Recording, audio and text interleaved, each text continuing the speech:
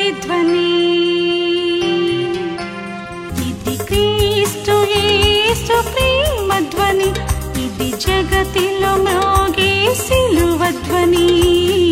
పిలుచుచున్నది ప్రతి వారిని, వినుమా విశ్వసించుమా.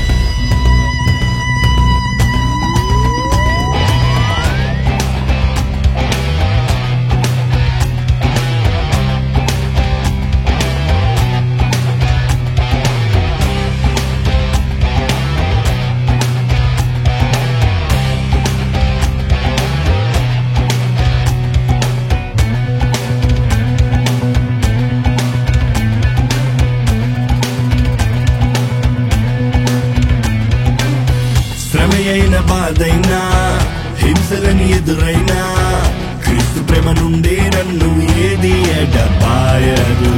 ఖడ్గమే ఎదురైనా శోధనలు ఎదురైనా క్రీస్తు ప్రేమ నుండి నన్ను ఏది ఎడబాయదు. నా రాజు వచ్చుచున్నాడు, భీకరుడై వచ్చుచున్నాడు. వచ్చుచున్నాడు, భీకరుడై వచ్చుచున్నాడు. సర్వోన్నతుడు మేఘారుడిగా తీర్పులు తీర్చా రానున్నాడు. ఎదురెళ్ళని సింహం సింహం మహోగ్రతతో రానున్నాడు. ఎవరో ఎవరో ఎవరో ఎవరో ఎవరో ఎవరో ఎవరో సౌర్యుడు వీరుడు వీరుడు సూర్యుడు యోగ్యుడు శ్రేష్ఠుడు అర్హుడు గనుడు. అద్భుతకరుడు ఆశ్చర్యకరుడు సర్వము చేసిన సృష్టికర్త మహోన్నతుడు మహేశ్వరుడు సర్వము గెలిచిన సర్వేశ్వరుడు దేవాది దేవుడు రాజాది రాజు ప్రభువుల ప్రభువు నిత్య దేవుడు. విశ్వాసమే నా బలము,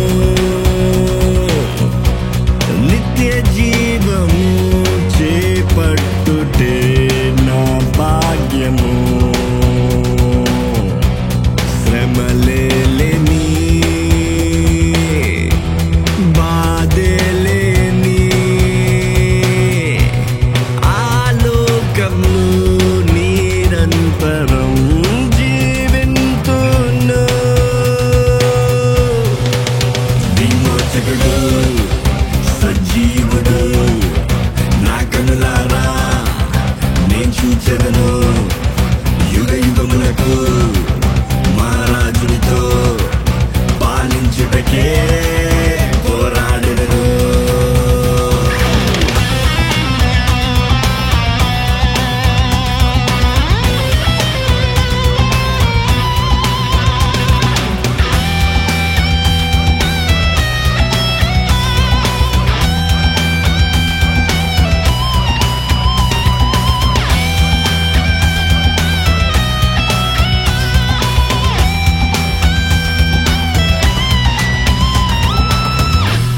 ఓ క్రైస్తవా సోలిపోకుమా, తీర్పు నుండి నీ ఆత్మను తప్పించుకో. ముసపోకుమా, జారిపోకుమా,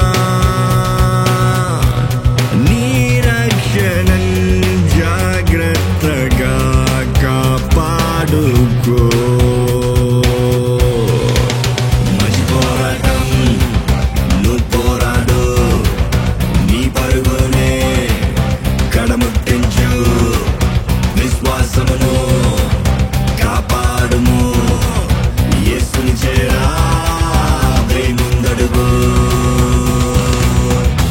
అయిన బాధైనా హింసలని ఎదురైనా క్రీస్తు ప్రేమ నుండే నన్ను ఏది ఎడబాయదు. ఖడ్గమే ఎదురైనా శోధనలు ఎదురైనా క్రీస్తు ప్రేమ నుండే నన్ను ఏది ఎడబాయదు. బైబిల్లో దేవుడి చేతుల్లో వాడబడిన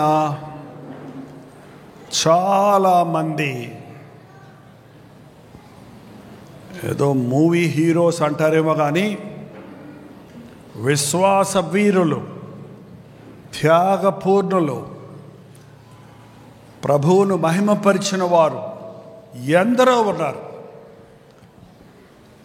వారందరూ సామాన్యులే, కానీ ప్రభువు చేతుల్లో పడ్డప్పుడు, ప్రభు వారి పక్షంలో ఉన్నప్పుడు దేవుడు గొప్పగా వాడుకున్నాడు. అలాంటి వాళ్ళు ఎవరో కొంతమంది చెప్తారా?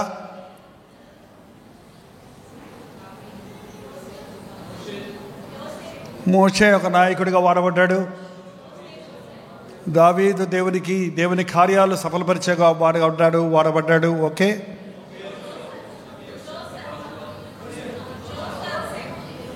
యోసేపు దేవుని ప్రణాళికలు నెరవేర్చి దేశానికి, ప్రపంచానికి దీవెనకరంగా మారాడు.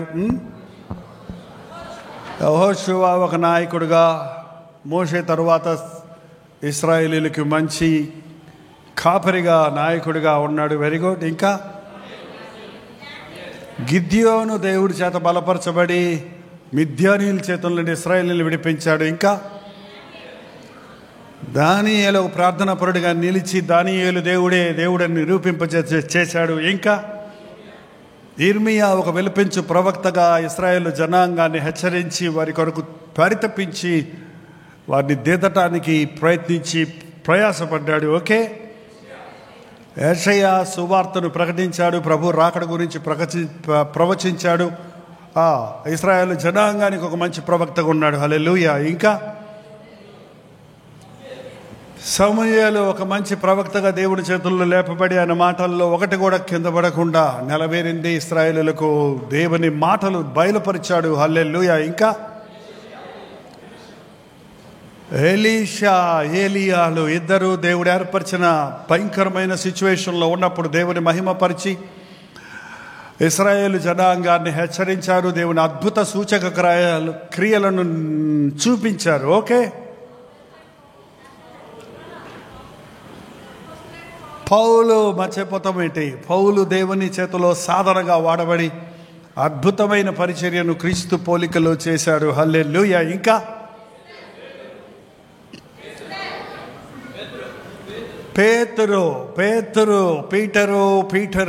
పేతురు దేవుణ్ణి మహిమపరిచాడు. నీ కొరకు చస్తానికి రెడీ అని బొంకిన చివరికి చచ్చాడు. ప్రభు నామాన్ని మహిమపరిచాడు. ఆది సంఘములో గొప్ప అపోస్తలుడిగా ఉన్నాడు. హల్లెలూయా. ఇంకా ఎస్తేరు యూదుల జనాంగం కోసం కన్నీటితో ప్రార్థించి యూదుల మరణ శాసనాన్ని రద్దుపరచడానికి సాధనంగా వాడబడింది. హల్లెలూయా. ఇంకా యోహాను, మొర్దెకై లాంటి వారు ఇంకా అన్నారు. ఇంకా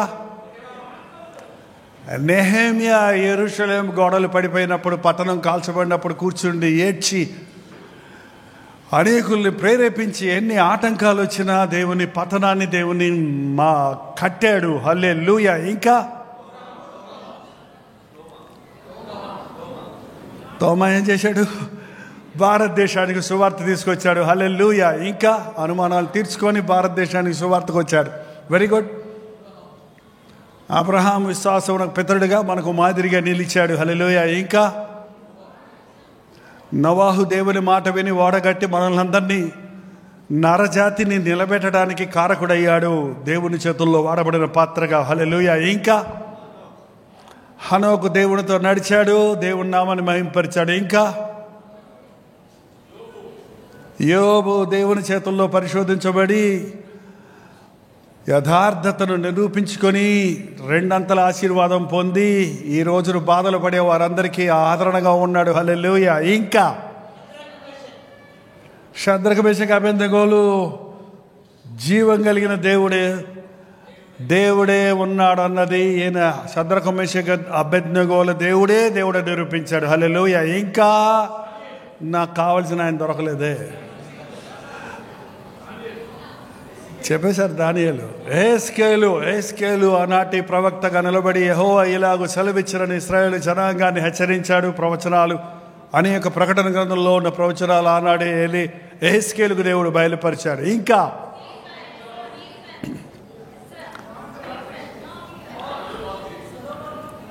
పోతనే ఉంది. కానీ అన్సంగ్ హీరోస్ ఉన్నారండి. ఇవాళ పొద్దున్నే ప్రార్థన చేసుకుంటున్నాను. నేను ఎప్పుడు యోసేపుతో పోల్చుకుంటాను యవనస్తుడిగా. మోషేతో చాలాసార్లు ప్రభు నన్ను ఒక నాయకుడిగా చేసావని స్తుతిస్తా. పౌలు లాంటి పరిచర్య చేయాలని ఆశిస్తా. ఎప్పుడు ఇంచుమించు ఈ 3-4 వారితో తిరుగుతుంది. వాళ్ళ పొద్దున్న ప్రభు ఈ 70వ సంవత్సరంలో ఎంటర్ అవుతున్న సందర్భంలో నాకేమన్నా ఇంకా కొత్త పొజిషన్ ఇస్తావా, ప్రమోషన్ ఏమన్నా ఇస్తావా, లేక డిఫరెంట్ మినిస్ట్రీ ఏమన్నా ఇస్తావా, ఇంకేదైనా ప్రత్యేకమైన ఉద్దేశాలు నేను ఫుల్ఫిల్ చేయని ఉన్నాయా, ఏంటి ప్రభువా అని అడుగుతున్నప్పుడు ఈరోజు దేవుడు నా ముందు ఎజ్రా అని పెట్టాడు. లాస్ట్ ఆన్సర్ వచ్చింది ఇక్కడ. ఎజ్రా. చాలామంది ఎజ్రాని గురించి ఇంచుమించు ఎవ్వరు పట్టించుకోరు. నెహెమ్యా అంటున్నామే కానీ నెహెమ్యా కట్టడాలు కడితే ఎజ్రా ఇశ్రాయేలీని ప్రార్థనలో నడిపించాడు, సరిచేశాడు, పశ్చాత్తాపంలో నడిపించాడు. తిప్పండి మీ బైబిల్లో ఎజ్రా అనే మనిషి ఉన్నాడా? అరే పుస్తకమే ఉందా? ఎజ్రా గ్రంథం ఉందా? ఎక్కడ ఉంటుందో? ఎన్ని అధ్యాయాలు ఉన్నాయో? 10 అధ్యాయాలు ఉన్నాయి. ఎజ్రా ఒక ప్రీస్ట్, యాజకుడు. ఎజ్రా ఒక స్క్రైబ్ అంటే శాస్త్రి అంటే ఏం చేసేవారు? ఇప్పుడు ప్రింటెడ్ బైబిల్స్ ఉన్నాయి కాబట్టి బైబిల్ ప్రింట్ అయి వస్తుంటే మనం కొనుక్కుంటున్నాం. అప్పుడు శాస్త్రుల పని ఏంటంటే ఆ ధర్మశాస్త్రాన్ని కాపీ చేయటం, చేత్తో రాసేవారు. 24 గంటలు వాళ్ళ పని ఏంటంటే మెయిన్ మ్యాన్స్క్రిప్ట్స్లో నుంచి వాళ్ళు దాన్ని చేత్తో తోలు మీద గంటంతో బాగా చేత్తో ఒత్తి రాయాలి. కష్టమది. ఇప్పుడు కూడా కొంతమంది ఆర్టిస్టులు కొన్ని లెటరింగ్ శాస్త్రాలు ఎంత చక్కగా గుండ్రంగా రాస్తారు చూడండి. సో ఎజ్రా ఒక యాజకుడు, అలాగే ఒక శాస్త్రి. అంటే ధర్మశాస్త్రాన్ని తిరిగి రాసేవాడు. ఆ రోజుల్లో ధర్మశాస్త్రం అంటే ఆదికాండం, నిర్గమకాండం, లేవ్యాకాండం, సంఖ్యాకాండం, ద్వితీయోపదేశకాండం. ఇప్పుడు కూడా మనం ఇశ్రాయేల్ దేశానికి వెళ్తే యూదులు, యాజకులు, అక్కడ ఉన్నటువంటి స్క్రైబ్స్ ఆ యొక్క ఇశ్రాయేలు జనాంగానికి వాటినే బోధిస్తారు, వాటినే ఎక్కువ ధ్యానిస్తారు. అందులో ఉన్న ప్రతి మాటను క్షుణ్ణంగా కంటతా పెట్టుంటారు, వాళ్ళకి వచ్చు. ఎజ్రా కూడా తిరిగి మళ్ళీ రాసి వలన ఇంతవరకు బైబిల్లో ఏ వ్యక్తి రాయనంతగా ధర్మశాస్త్రాన్ని రాసిన వ్యక్తిగా, తిరగరాసిన వ్యక్తిగా, కాపీ ఎన్ని కాపీస్ ప్రింట్ చేసి ఎన్ని కాపీస్ రాసి పంచేవాడు. ఒక్కోసారి అంత భాగం కాకపోయినా కొన్ని భాగాలు వాక్యాన్ని క్షుణ్ణంగా ధ్యానించేవాడు. మనం అనుకుంటున్నామండి వాక్యం బాగా బోధిస్తాడు ఒక వ్యక్తి అంటే ఆ వ్యక్తి ఆ వాక్యాన్ని బాగా ధ్యానిస్తాడు అని అర్థం. వాక్యాన్ని బాగా వివరించగలడు ఒక వ్యక్తి అంటే ఆ వాక్యాన్ని తాను ముందు నెమరవేస్తాడు అని అర్థం. వాక్యం యొక్క విలువను ఎరుగుతాడు అంటే ఆ వాక్యపు శక్తిని తన జీవితాల్లో అనుభవించాడు అని అర్థం. ఎజ్రా దేవుని మనస్సును ఎరిగాడు. నెహెమ్యా గ్రంథం రాసింది ఎవరో తెలుసా? ఎజ్రాయే. ఎజ్రా గ్రంథం రాసింది ఎవరో తెలుసా? ఎజ్రాయే. పండితుల అభిప్రాయ ప్రకారం ఆయన మరొకటి రాశాడు. అదేంటి ఎవరికైనా తెలుసా? 119వ కీర్తన. 119వ కీర్తన ముందు ఏముందో చూడండి. దావీదు కీర్తన ఉందా అక్కడ? లేదుగా. 119వ కీర్తన మీరు చదివితే అందులో వాక్యం యొక్క విశేషతను గురించి ఒక్కనించి ఉంటుంది. నీ ధర్మశాస్త్రము, నీ ధర్మశాస్త్రము, నీ ధర్మశాస్త్రము, నీ ధర్మశాస్త్రము నాకు నా బోధకుల కంటే ఎక్కువ తెలివినిస్తుంది, నా శత్రువుల కంటే విశేషమైన జ్ఞానం ఇస్తుంది, వృద్ధుల కంటే ఎక్కువ జ్ఞానం ఇస్తుంది. నీ వాక్యం నా హృదయంలో ఉంచుకుంటే నేను పాపం చేయకుండా ఉంటున్నాను, నీ వాక్యం నా పాదాలకు దీపమైంది అని దేవుని వాక్యం గురించి, వాక్యపు విలువల గురించి మనం ఎలగాలంటే 119వ కీర్తన మరల మనం చదివితే అందులో ఎజ్రా కనపడతాడు. అంటే ఎలాంటి అనుభవంతో ఆ మాటలు రాశాడో అన్నది మనం చూడగలుగుతాం. ఆయన ఒక ప్రీస్ట్ అంటే యాజకులు ఏంటంటే అక్కడ విశ్వాసులు వారి బలులు తీసుకొచ్చినప్పుడు, పాపులుగా ఉన్నవారు వారి బలులు తెచ్చినప్పుడు ఆ బలులు దేవుని ప్రత్యక్ష గుడారంలోనికి వెళ్ళి వారి పక్షంలో అర్పించడానికి ఒక పూజారి లాంటివాడు అన్నమాట, అంతే. మరి పూజారి పని చేసి ఊరుకున్నాడా అంటే పూజారి పని చేస్తున్నాడు. ఇతరుల పక్షంలో విజ్ఞాపన చేయటం. ప్రీస్ట్ అంటే ఈ రోజుల్లో నిజమైన ప్రీస్ట్ ఎవరంటే దేవుని సన్నిధిలో మనుషుల కొరకు విజ్ఞాపన చేసేవాడు, దేవుని ధర్మశాస్త్రాన్ని క్షుణ్ణంగా చదివేవాడు. అయితే అంత మాత్రమే కాదు, ఎజ్రా ఒక నాయకుడయ్యాడు. Very rare. ఒక ప్రీస్ట్ నాయకుడు అవటం చాలా రేర్. ఇర్మియా కూడా ఒక యాజక కుటుంబంలో నుంచి వచ్చాడు. తను యాజకుడు అవ్వాలని ఆశపడ్డాడు వాళ్ళ నాయన తర్వాత. అది తరతరాలుగా వస్తుంది. కానీ దేవుడు అతన్ని పిలిచి నేను జనములకు ప్రవక్తగా చేస్తానన్నాడు. ఇర్మియా ప్రవక్తగా వాడబడ్డాడు. అయితే ఎజ్రా ఒక యాజకుడుగా, ఒక శాస్త్రిగా, ఒక నాయకుడుగా ఇశ్రాయేలు జనాంగము దిగజారిపోయిన సమయంలో, చెదిరిపోయిన సమయంలో వారిని సమకూర్చి వారితో కలిసి ప్రార్థించిన ప్రార్థనా వీరుడిగా ఉన్నాడు. ఇతరుల కొరకు విజ్ఞాపన చేసేవాడుగా ఉన్నాడు, ధర్మశాస్త్రాన్ని పట్టించి ధ్యానించేవాడిగా ఉన్నాడు, నాయకుడిగా ఉన్నాడు, ప్రేయర్ లీడర్గా ఉన్నాడు. చాలామంది అనుకుంటారు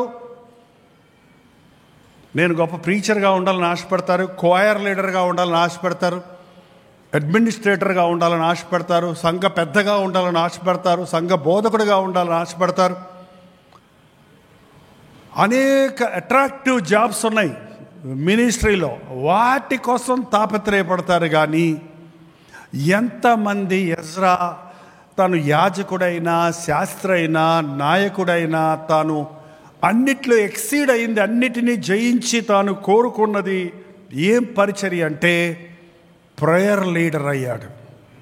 ఏది చెప్పండి? అబ్బా చెప్పండి. ఎందులో నీ నాయకత్వం?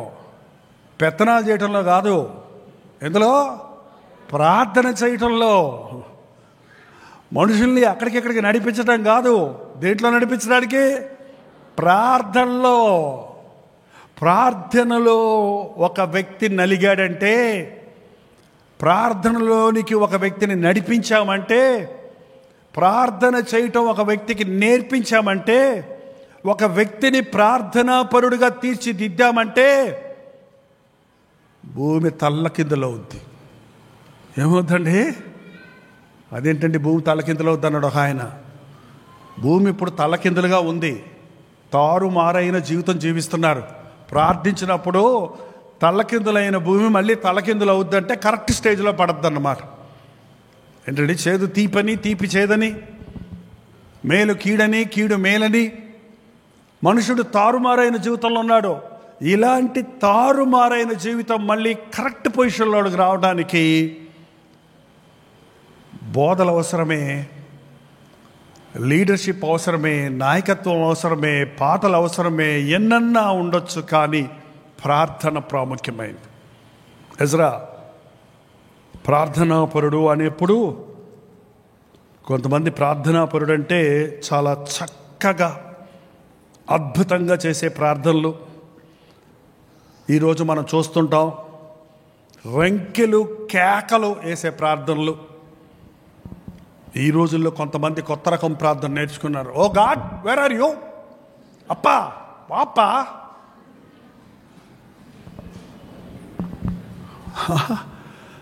Daddy, come on daddy, where are you daddy? మళ్ళీ ఇంగ్లీషు మధ్యలో. డాడీ, ఓకే డాడీ, ఓకే, ఏదో మాట్లాడేస్తున్నట్టు. ఏంటండి? Real prayer is not demanding, it's humbling. Real prayer is not jumping and dancing, it is crying, it is breaking their heart. Yesu ప్రభు ప్రార్థించినప్పుడు ఆయన కొండ మీద కూర్చొని కోపంతో రగులు కొడి తిట్టాడనుందా? కొండ మీద కూర్చొని ఏడ్చి, యెరూషలేమా, యెరూషలేమా, కోడి తన పిల్లలను తన రెక్కల క్రిందకు చేర్చుకున్నట్లు నేను మిమ్మల్ని చేర్చుకునే వాళ్ళని ఆశించితని కానీ మీరు రానొల్లకపోతిరే, అయ్యో మీకు శ్రమ. రోధించే సేవకు లేరండి ఇవాళ, రోధించే ప్రవక్త లేరి, రోధించే బోధకు లేరి, రోధించే సంఘమేది? తప్పిపోయారు ఇశ్రాయేలు జనాంగం, లోకంతో కలిసిపోయారు ఇశ్రాయేలు జనాంగం, అన్యులు వివాహం చేసుకున్నారు ఇశ్రాయేలు జనాంగం, కట్టడలు మర్చిపోయారు, నీతి న్యాయాలు మర్చిపోయారు, క్రమాన్ని మర్చిపోయారు. మందిరం లేదు, ఆరాధన పోయింది, మందిరం కాల్చబడింది, మందిరపు గోడలు కూలబట్టబడ్డాయి, పట్టణపు గోడలు కూలగొట్టబడ్డాయి, దేవుని కాపుదల పోయింది, ప్రవక్తలు లేరు. అటువంటి దశలో నెహమ్యా ఒక ఉద్యోగస్తుడిగా రాజభవనంలో ఉండేవాడిగా ఉన్నట్టే ఆయనకి ఒక ఆతృత, ఆరాటం కలిగి ఆయన కూర్చుండి ఏడ్చి యెరూషలేము గోడలు కట్టడానికి పూనుకుంటే ఎజ్రా, వీళ్ళిద్దరు సమకాలికులే. మనం ఎక్కువ నెహమ్యా గురించి చెప్పుకుంటాం, కానీ ఎజ్రా గురించి ఆలోచించాం. బిల్డింగ్ కట్టే విషయం నెహమ్యా చూసుకున్నాడు, మనుషుల్ని కట్టే విషయం, మనుషుల హృదయాలు సరిచేసే విషయంలో ఎజ్రా ప్రయాసపడ్డాడు. ఎజ్రా గ్రంథం 10వ అధ్యాయం 1వ వచనంలో చూస్తే, ఎజ్రా గ్రంథం 10వ అధ్యాయం 1వ వచనంలో చూస్తే, ఎజ్రా ఏడ్చుచు దేవుని మందసము ఎదుట సాష్టాంగపడుచు పాపమును ఒప్పుకొని ప్రార్థన చేసెను. ఇశ్రాయేలులో పురుషులు, స్త్రీలు, చిన్నవారు మిక్కిలి గొప్ప సమూహముగా అతని యొద్దకు కూడి వచ్చి బహుగా ఏడవగా. వాట్ ఎ వండర్ఫుల్ మినిస్ట్రీ అండి ఇది. మాటల ప్రార్థన కంటే మూలుగల ప్రార్థన దేవుడు వింటాడండి. చాలాసార్లు మనం చేసే ప్రార్థనకు పదాలు ఉంటాయేమో కానీ హృదయం విరిగినప్పుడు, గుండె పగిలినప్పుడు నోటిలో నుండి మాటలు రావేమో కానీ మన కన్నీటి దారలు మాట్లాడతాయి. మన గుండె రోదన పరలోకపు తలుపులు తడతాయి, ప్రభువు పాదాలను తడుపుతాయి. ఆ పాపాత్మురాలు యేసు ప్రభు దగ్గరకు వెనక తట్టు వచ్చి ఆయన పాదాల దగ్గర కూర్చొని ప్రార్థన చేయలేదండి. ఆమె నోరు విప్పలేదు. ఏం చేసింది? కన్నీళ్లతో ఆయన పాదాలు కడిగిందంటే అర్థం ఏంటంటే ఆమె రోధించింది. అయ్యా, ఇలాంటి దోషిని, ఇలాంటి పాపిని, ఇలాంటి వ్యక్తిని, నాకు క్షమాపణ కావాలి, నాకు సమాధానం కావాలి. ఆ ప్రార్థన దేవుడు విన్నాడు కాబట్టి దేవుడు ఆమె పక్షంలో, ప్రభు ఆమె పక్షంలో మాట్లాడాడు. ఈ రోజున సంఘాలలో అన్నీ ఉన్నాయండి. ఎల్ఈడీలు, ఎల్సిడీలు, ఇన్స్ట్రుమెంట్స్, సౌండ్ సిస్టమ్, చైర్స్, ఏంటంటే హంగామాలు అన్నీ ఉన్నాయి. వండర్ఫుల్ మెసేజ్లు ఉన్నాయి విత్ డెమాన్స్ట్రేషన్. అంత చక్కగా వీడియోలో సీన్స్ చూపిస్తూ, పిక్చర్స్ చూపిస్తూ, కస్టమైజ్డ్ సెర్మన్స్, చాలా వండర్ఫుల్ సర్వెంట్స్ ఉన్నాయి. దేవుని స్తోత్రం. Let us use the technology for God. దేవుని కొరకు మనకిచ్చిన ప్రతి టెక్నాలజీ వాడదాం. కానీ ఎక్కడ ఎజ్రా ఏడ్చుచు దేవుని మందసము ఎదుట సాష్టాంగము పడుచు, పాపమును ఒప్పుకొనుచు ప్రార్థన చేసను. ఎజ్రాకు పాపం ఏంటి? యాజకుడు పాపం చేస్తాడా? బైబిల్ను బాగా తిరిగి రాసేవాడు, బైబిల్ బాగా చదివేవాళ్ళు పాపం చేస్తారా? సేవకులు పాపం చేస్తారా? నాయకులు పాపం చేస్తారా? అంటే ఏం పాపం ఇది? ఏంటంటే ఎవడో కూడా తన జీవితంలో ఎప్పుడూ కూడా నేనిక పాపము చెయ్యను, నాలో పాపము లేదు అనగలిగిన స్థాయిలో ఉండకూడదండి. Since of omission, since of commission అంటే ఏంటి? చేయకూడనివి చెయ్యటం ఎంత పాపమో, చేయవలసినవి చెయ్యకపోవటం కూడా అంతే పాపం. చెప్పండి నాతో పాటు. చెయ్యకూడనివి చేయటం ఎంత పాపమో, చేయవలసినవి చెయ్యకపోవటం కూడా పాపమే.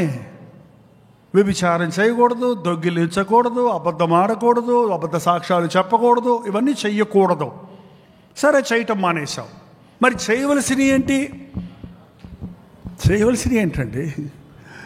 అనుదినము దేవుని సన్నిధిలో ప్రార్థన చేయాలి, దేవునితో సహవాసం కలిగి ఉండాలి, మన దశంభాగాల కానుకలు ప్రభువుకు చెల్లించాలి, దేవునికి కృతజ్ఞతాస్తుతులు చెల్లించాలి, దేవుని యందు ఆనందించాలి, సడగకూడదు, గొనగకూడదు, కృతజ్ఞత కలిగిన వారిగా ఉండాలి, దేవుని చిత్తాన్ని ఎరగాలి, దేవుని మాట చెప్పింది చెప్పినట్టు చెయ్యాలి. కొంతమంది ఒక స్టేజ్ దాటేటప్పటికి నేను వ్యభిచారం చేయట్లేదు కదా, నేను దొంగతనం చేయట్లేదు కదా, నేను అబద్ధాలు ఆడతలేదు కదా, నేను పాపుల్లాగా లేను కదా అనుకుంటున్నారేమో. కానీ దేవుడు నీ దగ్గర నుంచి ఆశించింది నువ్వు చేయలేదంటే నువ్వు దోషమే. ఇశ్రాయేలు జనాంగము నాశనమైపోతుంటే చూస్తూ కూర్చుండేవాడు తప్పు చేస్తున్నాడు. ఒక మనిషి తప్పులో ఉన్నప్పుడు నువ్వు చేసేది తప్పు అని హెచ్చరించకుండా నాకెందుకు వచ్చిందిలే అనుకునే సేవకుడు దేవుని దృష్టిలో తప్పు చేస్తున్నాడు.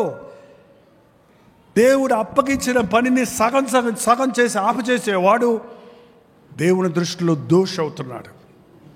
ఈ రోజున అందుకే బోధకులమైన మాకు కఠినమైన తీర్పు ఉంటుందండి. అందుకే మీలో అనేకులు బోధకులు కాకుడి అన్నాడు ప్రభు. ఆనాడు పరిచయులు, శాస్త్రులు, అదే బైబిల్ను బాగా ధర్మశాస్త్రం ఎరిగిన వాళ్ళు బాగా తెలుసు వాళ్ళకి. ఒక పొల్లైనా, ఒక డాట్ అయినా, ఒక ఫుల్ స్టాప్ అయినా ఏది అక్షరాల చెప్తారు కానీ దాన్ని పాటించేవారు కాదు. ఈ రోజున కూడా పరిశీలించుకుంటే ప్రభు సన్నిధిలోనికి వెళ్ళినప్పుడు మన దోషాలు, మన బలహీనతలు మనకు తెలుస్తాయి.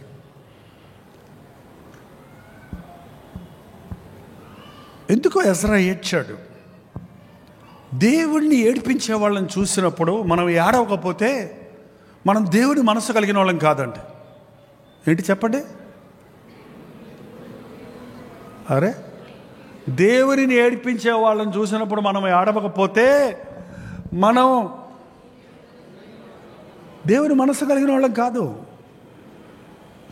ఎంతమంది వాళ్ళ దేవుణ్ణి ఏడిపిస్తున్నారు, ఎంతమంది ఇప్పుడు దేవుణ్ణి విసిగిస్తున్నారు. ఆనాడు ఇశ్రాయేలు జనాంగం బహుఘోరమైన పరిస్థితుల్లో ఉంది. ఇశ్రాయేలీలు చెరపట్టబడ్డారు, చెరలో నుంచి వారికి విడుదల వచ్చింది. కానీ వారు అన్యులతో కలిసిపోయి అన్య వివాహాలు చేసుకొని అన్ని విషయాల్లో కూడా మిశ్రిత జనముగా తయారయ్యి దేవునిని మర్చిపోయారు. ఎన్ని అద్భుతాలు చేసి వారిని ఐగుప్తు నుండి బయటికి రప్పించాడో, ఎన్ని విధాలుగా వారిని నడిపించారో అన్నదంతా మర్చిపోయారు. కాబట్టి నేను ఒక మంచి సేవకుడిగా ఈ జనం కొరకు ఏడవలేదే, మొర్రపెట్టలేదే, వీరిని హెచ్చరించలేదే, ఇప్పుడు దొరికారు, అవకాశం దొరికిందని చెప్పి మొట్టమొదటిగా ఎజ్రా ఏడ్చుచు దేవుని మందిరానికి వెళ్ళాడు. మందిరం ఎదుట సాగిలపడ్డాడు. దేవుని మందిరాలు లాక్డౌన్ డేస్లో మందిరాలు మూయబడినప్పుడు ఎంత హాని జరిగిందో, ఎంత నష్టం వాటిల్లిందో, సంఘ విశ్వాసులు అనబడిన వారు ఎంతగా ఏమనాలి ఐక్యతను పోగొట్టుకున్నారు, ప్రేమను పోగొట్టుకున్నారు, మందిరపు విలువను మర్చిపోయారు, ప్రార్థన ఏకీభవించి చేసే ప్రార్థనలో వెనకబడ్డారు అన్నది మన చర్చిలో, నేను కలవరి చర్చిలో చూస్తున్నాను. మరి అనేక చర్చిల్లో ఇంతకంటే అధ్వానమైన పరిస్థితి ఉందని నేను గుర్తిస్తున్నాను. సోషల్ మీడియా ఉంది, హల్లెలూయా, ఆశ కలిగిన ప్రాణిని దేవుడు తృప్తిపరుస్తున్నాడు. కానీ ప్రభువు రాకడ సమీపమయ్యే కొలది సమాజముగా కూడుకొనుట మానొద్దని ప్రభు చెప్పాడు. అందరినీ చేర్చాడు. ముందు ఎజ్రా వెళ్ళాడు, ప్రార్థన చేస్తున్నాడు, పాపం ఒప్పుకుంటున్నాడు, ప్రార్థన చేస్తున్నాడు.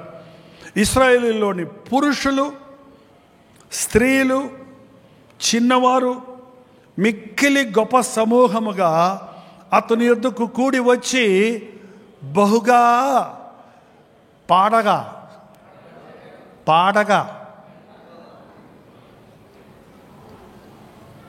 పాడారా?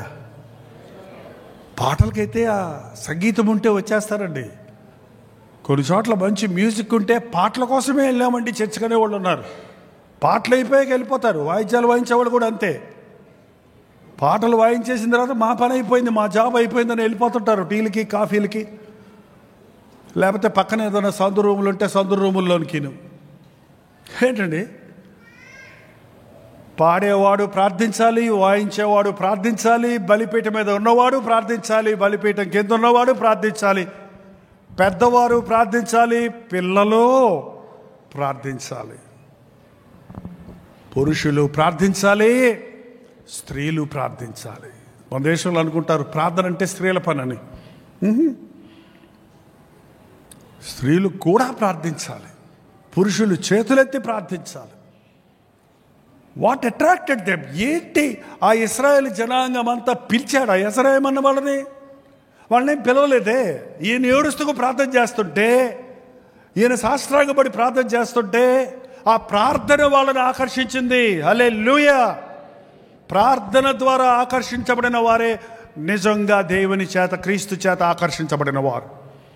ప్రార్థనలో ఉన్నటువంటి గొప్పతనాన్ని గుర్తించిన వాడే, ప్రార్థనలో దొరికేటువంటి విశ్రాంతిని పొందేవాడే, ప్రార్థన వలన కలిగేటువంటి శుద్ధీకరణను అనుభవించేవాడే నిజమైన ప్రార్థనాపరుడు, నిజమైన విశ్వాసి. ఎజ్రా కూర్చుండి ఏంటంటే, ఎజ్రా ఏడ్చుచు దేవుని మందిరం ఎదుట సాష్టాంగపడి పాపము నొప్పుకుంటూ ప్రార్థన చేయగా ఇశ్రాయేలీయులు పురుషులు, స్త్రీలు, చిన్నవారు మిక్కిలి గొప్ప సమూహముగా అతని యొద్దకు కూడి వచ్చి బహుగా ఏడ్చుకుంటూ ప్రార్థించాడు. ఆ తర్వాత మీరు చదివితే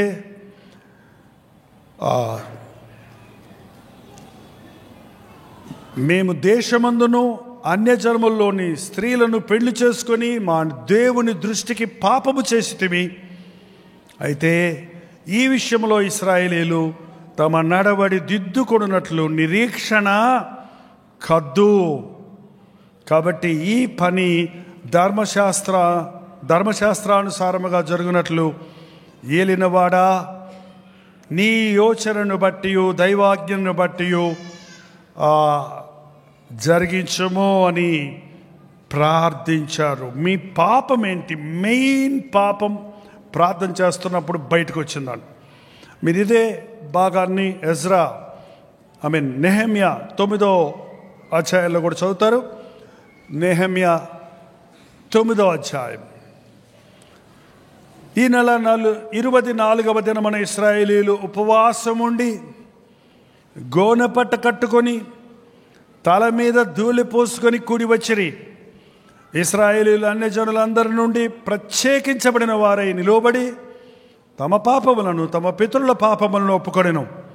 మరియు వారు ఒక జాము సేపు తామున్న చోటనే నిలువబడి తమ దేవుడైన యెహోవా ధర్మశాస్త్రమును చదువుచూ వచ్చిరి. ఒక జాము సేపు తమ పాపములను ఒప్పుకొనుచు దేవుడైన యెహోవాకు నమస్కారము చేయుచు వచ్చిరి. Here is an organised prayer meeting. ఇందాకేమంటే యాగనైజింగ్. అది ఆటోమేటిక్గా ఎజ్రా ప్రార్థన చేస్తుంటే అందరూ వచ్చి ఏడ్చారు. ఊరక ఏడవటం కాదు. చాలామంది మేము ఊరకనే ఏడుస్తామండి. స్వీయ పరితాపంతో ఏడుస్తాం. లేకపోతే మన చుట్టూ ఉన్న వాళ్ళు ఏడుస్తుంటే ఆటోమేటిక్గా మనకి ఏడుపు వస్తుంది. కానీ మీ ఏడుపుకు కారణం ఉండాలి. మీరు ఏడ్చే ఏడుపు దైవ చిత్తానుసారమైనదిగా ఉండాలి. దైవ చిత్తానుసారమైన దుఃఖము రక్షణార్థమైన మారు మనస్సు కలుగజేస్తుంది. కాబట్టి మీరు ఉపవాసం ఉండి ప్రార్థించాలి అని ఒక డేట్ ఫిక్స్ చేశారు. 24వ దినమందు 24 నెల 24వ తారీఖు ఇశ్రాయేలీయులు ఉపవాసం ఉండి గోనెపట్ట కట్టుకొని తల మీద ధూళి పోసుకొని కూడి వచ్చిరి. ఇప్పుడు గోనెపట్ట ధూళి అక్కర్లేదు, కానీ అది పాత నిబంధనలో గోనెపట్ట కట్టుకున్నాడంటే దుఃఖానికి పశ్చాత్తాపానికి గుర్తు. తను సమస్తం త్యజించాడన్నదానికి గుర్తు. బూడిద పోసుకున్నాడంటే బూడిద. ఎంతమంది బూడిద చూశారో చేయి చూపించండి. ఎక్కడ చూశారు? పొయ్యిలు లేవుగా. గ్యాస్ పొయ్యిల్లో బూడిద ఎట్ట వస్తుంది? గ్యాస్ పొయ్యిల్లో బూడిద ఎట్ట వస్తుందండి?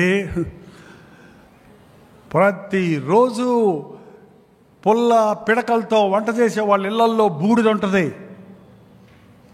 ఆ బూడిద భస్మమైపోయింది. దాంట్లో ఇన్ఫెక్షన్ ఉండదు. ఇక దాంట్లో కరోనా వైరస్ ఉండదు. ఇక మీరు కుర్చీలో కరోనా ఉందని కుర్చీని కాల్చేసి అంత బూడిద చేశారనుకోండి, అందులో కరోనా కూర్చుంటుంది అనుకున్నారా?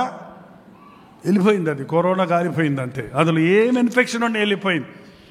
అది రెడ్యూస్ చేసుకుంటే తను తాను ఒట్టి ఐఎమ్ నథింగ్, నేను బూడిదను అని తగ్గించుకున్నాడు. బూడిదలో కూర్చోండి ప్రార్థించాడు యోబు. నేను దుమ్మును ధూళిని. బూడిదకే మరొక మాట ఏంటంటే ధూళి, దుమ్ము. అంటే దేవా, నీ ముందు నిలబడటానికి నాకు ఏ అర్హత లేదు. నాలో ఉన్న స్వార్థము, శరీరాశలు, లోకాశలు, నీకు ఇష్టం లేనివన్నీ కాల్చేస్తున్నాను, వాటిని ఒప్పుకుంటున్నాను అని పశ్చాత్తాపడటానికి గుర్తు గోనెపట్ట కొట్టుకొని ధూళి వేసుకొని ఏం చేశారండి? వాళ్ళందరూ ఒక నిలువబడి కూర్చొని కాదు, కుర్చీల్లో హాయిగా ఏం చేశారండి? నిలువబడి. నాకు ఇష్టమైన పొజిషన్ ఏంటంటే నిలబడటం. ముఖ్యంగా బలిపీఠం మీద దేవుని సన్నిధిలో కూర్చోవడానికి ఎందుకో నాకు ఇష్టం ఉండదు. నిలబడితే కాన్సన్ట్రేషన్ ఉంటుందా? కూర్చుంటే కాన్సన్ట్రేషన్ ఉంటుందా?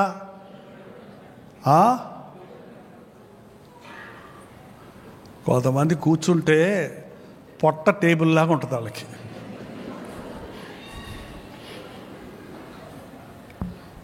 అందుకే అది కరగదు, అలాగ బెడ్స్ కట్టుకుపోద్ది. లేదు బ్రదర్, మేము టేబుల్ కొనుక్కోలేక పొట్ట పెంచుకుంటున్నామంటారా ఏంటి?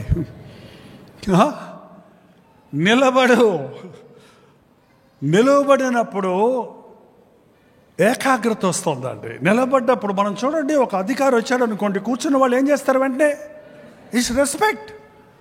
మనం దేవునికి గౌరవిస్తున్నాం అన్నప్పుడు హాయిగా కుర్చీలో కూర్చొని ఏసయ్యా ఆయన అని ఎట్లంటారు అర్థం కావట్లేదు నాకు. ఎట్లా అంటాం? మోకరిస్తే the best way is the మోకాళ్ళు ఉంటాం. కొన్నిసార్లు మోకరించడానికి మనకి అవకాశం ఉండదు, స్థలం సరిపోదు, మరి కింద మురికి ఉండొచ్చు, కింద బురద ఉండొచ్చు, మరి కొన్నిసార్లు అందరూ మోకరిస్తే మన కాళ్ళు వెనకాలలో తగులుతాయి. సో దీనికి కొన్ని పాఠకాలు. కానీ నిలబడ్డప్పుడు ఏకాగ్రత వస్తుంది. నిలువబడి 5 నిమిషాల 10 నిమిషాల చూడండి, జామ్ అంటే అంతసేపు 4 గంటలు. Can you imagine? 4 గంటలు నిలువబడి 4 నిమిషాలు అవుద్దండి. మనం ఒక బైబిల్ స్టడీ ఉత్తరపత్రికగా చదువుకుంటుంటాం. ఇవాళ చదవనే లేదు, టైం సరిపోలేదని. ఆదివారం ఆరాధనలో చదివినప్పుడు ఒక 4-5 నిమిషాలు మ్యాక్సిమం ఒక అధ్యాయం చదవాలంటే. కానీ ఎంతసేపు చదివారట?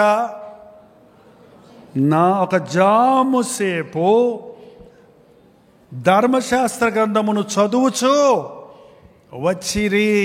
అదే ఎజ్రాకి ఇష్టం. ఏంటంటే నేను చెప్తే వెళ్ళరు వీళ్ళు, నువ్వు చెప్పు ప్రభా, నా మాటలు కాదు, నీ ధర్మశాస్త్రములోని మాటలు వీళ్ళకి తెలియాలి. విలియం కేరీ ఇండియాకు వచ్చినప్పుడు, బెంగాల్లో ఆయన దిగినప్పుడు, ఆ బెంగాల్ ప్రజల యొక్క మూఢాచారాలు చూస్తున్నప్పుడు, చంటి పిల్లల్ని తీసుకెళ్ళి గంగలో పడేస్తుంటే, భర్తతో పాటు చచ్చిపోయిన భర్తతో పాటు యవనస్తురాలైన భార్యని కట్టేసి సతీ సహగమని కాల్చేస్తుంటే, అలాంటి కార్యమా అయ్యో ఎందుకని ఏదో ఆయన ఇంగ్లీష్లో చెప్తుంటే వాళ్ళకి అర్థం కాలేదు. వాళ్ళకి అర్థం కాకపోతే వాళ్ళకి ఎంత చెప్పినా వినరు. వాళ్ళకి అర్థం అవ్వాలంటే వాళ్ళ భాషలో వాళ్ళకి దేవుని వాక్యం అందించాలని పూనుకొని, బెంగాలీ భాషకు అప్పుడు లిపి లేకపోతే, లెటర్స్ లేవు అప్పుడు, తానే ఆ బెంగాలీ భాషకు లిపి కనుక్కొని బెంగాలీ భాషలో పరిశుద్ధ గ్రంథాన్ని ప్రింట్ చేసి వాళ్ళకి అప్పచెప్పి, చదవండి అయ్యా దేవుని జ్ఞానం వస్తుంది, చదవండి దేవుని మనసు అర్థమవుతుంది, చదవండి ఏంటి ఏది ఎవరు దేవుడు ఏంటి కుటుంబం యొక్క విలువేంటి, బిడ్డల యొక్క విలువేంటి, ఒక మనిషి విలువేంటని తెలుస్తుందని వారికి బైబిల్ని అందించాడండి. నీతిబోధలు మనుషుల్ని మార్చవండి. ధర్మశాస్త్రం, దేవుని వాక్యం శక్తి కలిగింది. ఎన్ని పాటలున్నా, ఎన్ని హంగామాలు జరిగినా, వాక్యమును ప్రకటించకపోతే పరిశుద్ధాత్మ కార్యాలు హృదయాలలో జరగవు. మనుష్యుడికి కనువిప్పు కలగదు. ఎంతమంది మీరు వాక్యాన్ని చదువుతున్నారు? ఏది చేయి చూపించండి, ఎంతమంది వాక్యాన్ని చదువుతున్నారో. క్యాలెండర్లో ఉన్న వాక్యం కాదు. క్యాలెండర్లో ఉన్న వాక్యం చదివి నేను వాక్యం చదివేశాను అంటారు కొంతమంది. ఆత్మను ఆర్పకుడి, యేసు కన్నీళ్ళు విడిచెను, దొంగిలి కూడదు, చిన్న ఇడ్లీ ముక్క, చిన్న దోశ ముక్క, చిన్న పెసరట్టు తినండి రోజు. ఎందుకు 5-6 తింటారు ఏంటండి? రోజుకు 5 అధ్యాయాలు చదవండి, రోజుకు 3 అధ్యాయాలు చదవండి కనీసం అని చెప్తుంటాను నేను ఎప్పుడు. కానీ ఇప్పుడు చూస్తే 3 అధ్యాయాలు కాదు, 3 గంటలు చదవండి కనీసం, 4 గంటలు కాకపోతే 2 గంటల 40 నిమిషాలు దశమ సమయం దేవునికి. దేవుని వాక్యాన్ని చదివి చదివి చదివి చదివి నెమరవేయండి. ఇప్పుడు కూడా నేను వాక్యాన్ని చదువుతున్నాను, కానీ ఇప్పుడు ఈ మధ్య మళ్ళీ సర్జరీ అయిన తర్వాత ఇంకా నాకు గ్లాసెస్ తీసుకోలేదు, లెటర్స్ కనపడతలేదు, చిన్నవి కనపడతలేదు. నా యవన కాలంలో ఒక 5-6 బైబిల్ ఇలా పెట్టుకొని, ఇంగ్లీషు, తెలుగు, వేరే ట్రాన్స్లేషన్, హిందీ బైబిల్ అన్నీ పెట్టుకొని చదివేవాడిని ఆ రోజుల్లో. ఒక నోట్బుక్ పట్టుకొని ఈ గ్రంథంలో ఈ మాటకి ఏమొచ్చింది అని రాసేవాడిని. ఒకసారి హిందీ బైబిల్, హిందీ నేర్చుకోవాలని ఆశ ఉండేది అప్పుడు నాకు ఎక్కువ. హిందీ బైబిల్ తీసుకొని కాపీ చేశాను, శాస్త్రి చేసినట్టే. రోజు 2 పేజీలు రాసుకుంటూ కూర్చునేవాడిని. హిందీ చూసి రాసేవాడు అనమాట, అక్కడ ఉన్నవి చూసి రాసేవాడిని. ఇప్పటికీ నా దగ్గర ఒక నోట్బుక్, నా బైబిల్తో పాటు ఒక నోట్బుక్ ఉంటుంది. నేను ఏదైనా దేవుడు నాతో మాట్లాడింది నేను నోట్ చేసుకుంటా, నేను రాసుకుంటా. నేను గమనించింది ఏంటంటే, చదివిన దానికంటే రాసింది 10 సార్లు మనకు గుర్తుంటుందండి, 10 రెట్లు గుర్తుంటుంది మనకి. చదివిన దానికంటే నీ చేత్తో రాసింది ఎజ్రా అంతగా ధర్మశాస్త్రాన్ని ప్రేమించడానికి, అంతగా ధర్మశాస్త్రంలోని సారాన్ని వివరించడానికి, అంతగా ధర్మశాస్త్రపు గొప్పతనాన్ని గురించి చెప్పడానికి మూల కారణం 119వ కీర్తనలో ఉన్న మూల కారణం, ఎజ్రా గ్రంథములో, నెహెమ్యా గ్రంథములో ఆ ప్రజలకు ధర్మశాస్త్రాన్ని ప్రకటించటంలో ఉన్న మూల కారణం ఆ గ్రంథములోని ప్రాముఖ్యతను, సత్యాన్ని, సారాన్ని గుర్తించగలిగాడు. బైబిల్ చదవని విశ్వాసి భక్తి లేని విశ్వాసి. బైబిల్ ఎంతగా చదువుతామో దేవునికి అంత దగ్గరగా చేరతాం. వాక్యాన్ని ఎంతగా ధ్యానిస్తామో దేవుని మనస్సును అంతగా ఎరుగుతాం. దేవుని వాక్యాన్ని ఎంతగా మన హృదయంలో భద్రపరుచుకుంటామో పాపానికి, లోకానికి అంత దూరంగా మనం ఉండగలుగుతాం. అంతమాత్రమే కాదు, వాక్యాన్ని చదివేవాడు స్వార్థపరుడుగా మిగిలిపోడు, కానీ ఆత్మల భారము కలిగిన వాడిగా సిద్ధపడతాడు. నశించిపోతున్న వారిని చూచినప్పుడు నాకెందుకు వచ్చిందిలే అనుకోడు, కానీ వారి పక్షంలో ఏడుస్తాడు. ఆయన ఎవరు? జోనాథన్ గోఫోర్త్, సేవకుడి పేరు గుర్తురావట్లేదు. ఆయన ప్రసంగం చేస్తూ ఓ దొంగ, మారు, ఓ వ్యభిచారి, రక్షించబడవా, అయ్యో నేడిచేసేవాడట, బోర్ నేడిచేసేవాడట.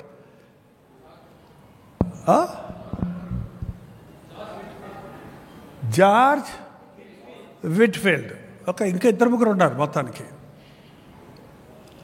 నేను ఏడుస్తున్నానండి, నా మీద ఎందుకు మీరు నేరం మోపుతారు?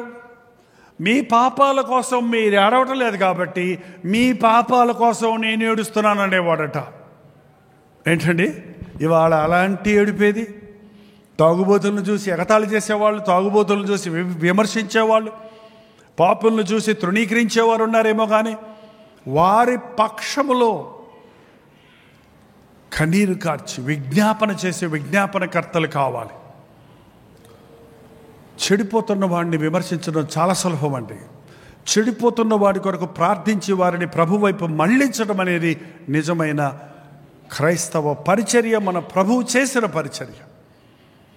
4 గంటలు బైబిల్ చదివారు. తర్వాత ఏం చేశారు చూడండి, ముగించుకుందాం. ఒక జాము సేపు తమ పాపములు ఒప్పుకొనుచు దేవుడైన యెహోవాకు నమస్కారము చేయొచ్చు.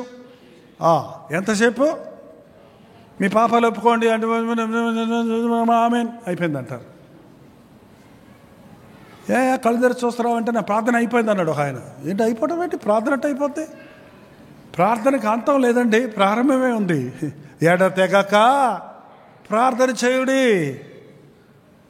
నేను మారు మనసు పొందిన రోజు అలాగే నేను పాపాలు ఒప్పుకొని ప్రార్థన చేయంటే, ప్రభా నేను ఏమైనా పాపం చేశానంట, చేస్తే క్షమించుకో. ఆయన నేనేం చేశాను? అట్లా చేశాను ప్రార్థన పొడి మాటలతో. ఏంటండి, ఒక్కసారి దేవుడు ప్రభు నన్ను పట్టుకున్నప్పుడు ఆ రాత్రి నేను 2 గంటల నుంచి తెల్లవారి 8:30 వరకు ప్రార్థన చేస్తూనే ఉన్నాను. నాకు తెలియదు అసలు మోకాళ్ళ మీదే ఉండిపోయాను. అది నా రక్షణ అనుభవం. ఉచ్చరింపు శక్యము కాని మూలుగులతో చేసే ప్రార్థన. చిన్నప్పటి నుంచి, పసి బాలుడప్పటి నుంచి అంతవరకు దేవుడిని దుఃఖపరిచిన ప్రతి చిన్న విషయం, ఎవ్రీ చిన్న దొంగతనాలు, చిన్న అబద్ధాలు, చిన్న అవిధేయతలు అన్ని దేవుని సన్నిధిలో జ్ఞాపకం చేసుకుని, పరిశుద్ధాత్మ జ్ఞాపకం చేస్తుండగా ఒప్పుకొని విడిచిపెట్టిన రోజు అది. మీకు అలాంటి సంపూర్ణమైన రక్షణ ఉందా? ఇవాళ పై రక్షణ ఎక్కువైపోయిందండి. అందుకే జారిపోయామండి, వెనకబడిపోయామండి, పడిపోయామండి అని చెప్తున్నారు. రక్షణ స్థిరంగా లేదు చాలామందికి. ఒక్కసారి రక్షించబడ్డావా నిజంగా? ఒక్కసారి కడగబడ్డావా క్రీస్తు రక్తములో పరిపూర్ణంగా? ఒక్కసారి పశ్చాత్తాపడి విడిచిపెట్టావా నీ దోషాలను? మరి ఎన్నడూ వాటి జోలికి నువ్వు పోకుండా, అవి నీలోనికి రాకుండా దేవుడు కాపాడుతాడు. 4 గంటలు పాపాలు ఒప్పుకున్నారటండి. ఎంతసేపు అండి?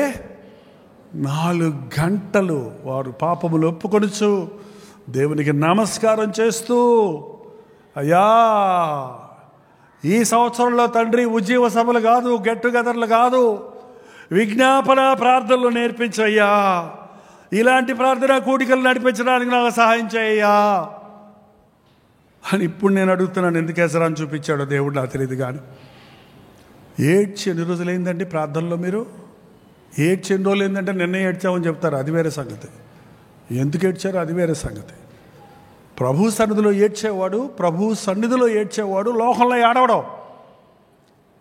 ప్రభు సన్నిధిలో ఏడవని వాడు ఎన్నిటికీ ఏడుస్తూనే ఉంటాడు. అన్నిటికీ ఏడిపే.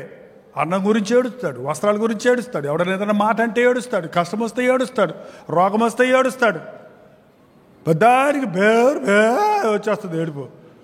ఏమ్మా ఇక్కడే ఉంటుందంట, స్విచ్ ఉంటుందంట కదా, ఇప్పితే కళ్ళు కూడా బడబడబడబడ కారిపోతుంటాయి. గుండెల్లో నుంచి పశ్చాత్తాపంతో ఒక్కసారి వేడ్చినప్పుడు వెలుపలికి పోయి సంతాపపడి ఏడ్చాడు పేతురు. మళ్ళీ బ్రతుకులో ఎప్పుడు ఏడవలసిన అవసరం లేదు ఆయనకి. మళ్ళీ ఎప్పుడు ఏడ్చినట్టు కనపడలేదు. ఇక ఆత్మల కొరకు రోధించాడేమో కానీ తన పాపం కొరకు పశ్చాత్తాపడవలసిన అవసరం మరొకటి కలగలేదు. ఎందుకంటే థరో క్లెన్సింగ్. ఈ అంచె దినాలలో సంఘాలకు, విశ్వాసులకు, రక్షించబడ్డామన్న వాళ్ళకి, ఈవెన్ సేవకులకి పాస్టర్ కన్నులు ఎండిపోతే సంఘం ఎండిపోదా? పాస్టర్ గుండె పగలకుండా మనుషుల గుండెలు పగులుతాయా? బోధకుడు బోధించే బోధను అనుసరించకపోతే సంఘం అనుసరిస్తుందా? లేదు. ఎజ్రా ఏడ్పించాడు. ఎజ్రా ధర్మశాస్త్రాన్ని చదివి రాసి రాసి రాసి బోధించాడు. ధర్మశాస్త్రాన్ని చదవాలనే ఆసక్తిని ప్రజల్లో కలిగించాడు. ఈ అంచెదనాల్లో అదే కావాలండి. వాక్యం ప్రార్థన. పాటలు పక్కన పెట్టండి కొన్ని రోజులు. పాట కూడా మన గుండెలు పగలగొడుతుంది. వాక్యాన్ని పాటగా మలుచుకున్నప్పుడు, వాక్యాలను అలాగ పాటలో పెడితే, వాక్యము ప్రసంగించడానికి బదులు పాటగా పాడితే, మనం ఇందాక పాడాము, జగతికి పునాది వేయబడక ముందే అవన్నీ బైబిల్ వచనాలే. మన సిస్టర్ హంసమతి మేరీ పాటలు కానీ, మన దియా ప్రసాదరావు గారి పాటలు కానీ, నేను ఎందుకు రాజబాబు గారి పాటలు కానీ ఎందుకు నేను లైక్ చేస్తానంటే, ఆ పాటలు వాక్యంతో నింపబడిన పాటలు, అనుభవాలతో నింపబడిన పాటలు, దేవునికి సమర్పించుకున్న వాయిసెస్ అవి. అరే సినిమా వాళ్ళతో పాటలు పాడిస్తారు, మూవీ సింగర్స్తో పాటలు పాడిస్తారు. ఏంటంటే ఎవడు పడితే వాడు వాయిద్యాలు వాయిస్తారు, నామాలు పెట్టుకుని వాయిద్యాలు వాయిస్తారు. అక్కడ దేవుడి నామానికి ఎలా మహిమ వస్తుంది, ఎలా పరిశుద్ధాత్మ కార్యాలు జరుగుతాయి. ఎంత బాగుంది నీ మ్యూజిక్ అనేది ఎవరికి కావాలయ్యా? నీ గుండె పగిలిందా? నీ రాగాలు సరిగమలు ఎంత బాగున్నాయన్నది ఎవరికి కావాలి? నీ పాట గుండెల్లో నుంచి వచ్చిందా? వాక్యంతో ముంచబడి వచ్చిందా? వాక్యముతో మునిగిందా నీ పాట? నీ మాట, నీ ప్రవర్తన చేస్తే ప్రార్థన చేయి, చెబితే వాక్యం చెప్పు. మూడో దానికి స్థలం లేదండి. ఇక ఈ అంచె దినాలలో ఉజ్జీవ జ్వాలలు రగులుకోవాలంటే దేవునికి ప్రార్థించటం కావాలి, వాక్యాన్ని చదవటం కావాలి. 4 గంటలు వాక్యం, 4 గంటలు ఉపవాస ప్రార్థన, 8 గంటలు దేవుని సన్నిధిలో ఉందాం రండి అని ఒకవేళ నేను రేపటి నుంచి మీటింగులు స్టార్ట్ చేస్తే ఎంతమంది వస్తారు? అనుమానంగా ఉంది. కానీ మనకు అది అసాధ్యం, దేవునికి అసాధ్యమైంది. నా కోసం ప్రార్థన చేయండి. ఎజ్రా లాగా సాష్టాంగపడి ఏడ్చి, తప్పిపోయిన వారందరూ ఏ అడ్వర్టైజ్మెంట్లు లేకుండా, అనౌన్స్మెంట్స్ లేకుండా, వాల్ పోస్టర్ లేకుండా, ఇన్విటేషన్స్ పంపక్కర్ లేకుండా, దేవుని ఆత్మచేత ప్రేరేపించబడి వచ్చి సాష్టాంగపడి ఏడ్చే 8 గంటల ప్రార్థన సమయాలు కావాలండి. 8 hours డ్యూటీ అంటే రోజు వెళ్తారు ఉద్యోగాలు కదా. ఎన్ని రోజులు ఎంతసేపు చేస్తారు ఉద్యోగం? ఎంతసేపు అంటే 8 hours డ్యూటీ చేసే వాళ్ళందరూ చేయి చూపించండి దయచేసి. త్వరగా ముగించుకుందాం. బోర్ కొట్టదా మీకు? 8 గంటలు ప్రార్థనలో ఉండాలి. 8 గంటల ప్రార్థన అన్నామనుకోండి, మీరు ఎప్పుడు వస్తారు చెప్పండి? 7వ గంటకు వస్తారా? ఎప్పుడు వస్తారండి? ఇది జరగటానికి ముందు ఎజ్రా అక్కడ దేవుని కార్యం జరిగిందండి. ఎజ్రాలో చూసారా? ఇది 2nd ఎపిసోడ్. నాకు తెలియదు, ఇప్పుడు 40 రోజులు ప్రార్థనలు మేము చేస్తున్నాం. కల్వరి చర్చిలో ప్రార్థనలు జరుగుతున్నాయి, ప్రతిరోజు లైవ్లో ప్రార్థన జరుగుతుంది. ఈ రోజు నుంచి దేవుని దగ్గర ఒక తీర్మానం చేసుకుందాం. ఈ ఇయర్లో నా జీవితంలో నాకు తెలియదు మీరు ఎవరు వింటారో వినరో వస్తారో రారో ఇవన్నీ ఆలోచించుకుంటా నేనేం చేయలేను. ఇక నేను చేయాల్సింది ఒకటే, నా దేవుడు చెప్పిన మాట చెప్పుకుంటూ పోతే, చేసుకుంటూ పోతే దేవుడు తన కార్యాలు చేసుకుంటూ పోతున్నాడు. దేవుడు చెప్పింది మనం చేస్తే మనం చేసే కార్యాలు దేవుడు సంపూర్ణం చేస్తాడు. విజ్ఞాపన ప్రార్థన చేసేవారిగా, అనేకుల్ని ప్రార్థనలో నడిపించేవారిగా ఉండుటకు ప్రభువు సహాయము చేయును గాక. అమ్మయ్య వదిలేశారు పాస్టర్ గారు వాళ్ళ బొమ్మల్ని అనుకుంటున్నారా? నేనెందుకు వదులుతా? 9వ అధ్యాయం 5వ వచనం కూడా చూడండి. అప్పుడు లేవీయులైన, అదంతా అనువారు కొంతమంది ఉన్నారు అక్కడ చూడండి, కొంతమంది పెద్దలు వచ్చారు. అప్పుడు లేవీయులు వచ్చారు, నిలువబడి నిరంతరము మీకు దేవుడైన యెహోవాను స్తుతించుడని చెప్పి ఈలాగు స్తోత్రము చేసిరి. సకలాశీర్వచన స్తోత్రములకు మించిన మీ ఘనమైన నామము స్తుతించబడును గాక. నీవే అద్వితీయుడవైన యెహోవావు, నీవే ఆకాశమును మహాకాశములను వాటి సైన్యమును భూమిని దానిలో ఉండు అంతటిని సమస్తమును వాటిలో ఉండునది అంతటిని సృష్టించిన వాటన్నిటినీ కాపాడువాడవు. ఆకాశ సైన్యమంతయు నీకే నమస్కారం చేయుచున్నది. దేవా యెహోవా, సమస్త విధమైన వృక్షములు, ఫలములు, ద్రాక్షరసము, నూనె, ఇవన్నీ దేవునికే స్తోత్రం చేస్తున్నాయి. లేచి నిలబడండి. ఎప్పుడైతే మన జీవితంలో ప్రార్థన ఉంటుందో, ఎప్పుడైతే దేవుని వాక్యాన్ని మనం ధ్యానిస్తామో ఏమవుతుందో తెలుసండి, మన హృదయం నిండా స్తుతి ఉంటుంది.